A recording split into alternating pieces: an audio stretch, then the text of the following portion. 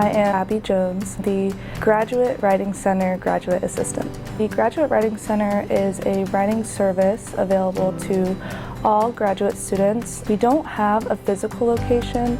Something that's really unique about it is that it is completely virtual, so that all grad programs, whether you are in person and on campus or remote, all students have access to using our services and getting help with all stages of the writing process. At the Graduate Writing Center, I can assist you with all stages of the writing process, including planning, paper organization, understanding the rubric, as well as reviewing your paper and looking at it with the lens of APA-style writing.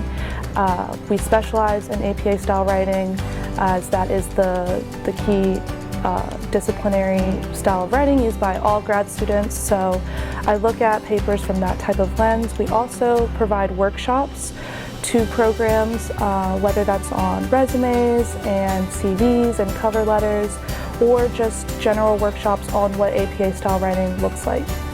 Since the Graduate Writing Center is completely virtual, you have to make an appointment on the website that we use, which is www.mywconline.com. So you'll make an appointment, or you'll make an account, then you'll make an appointment with either myself or my supervisor, Diana Baldwin.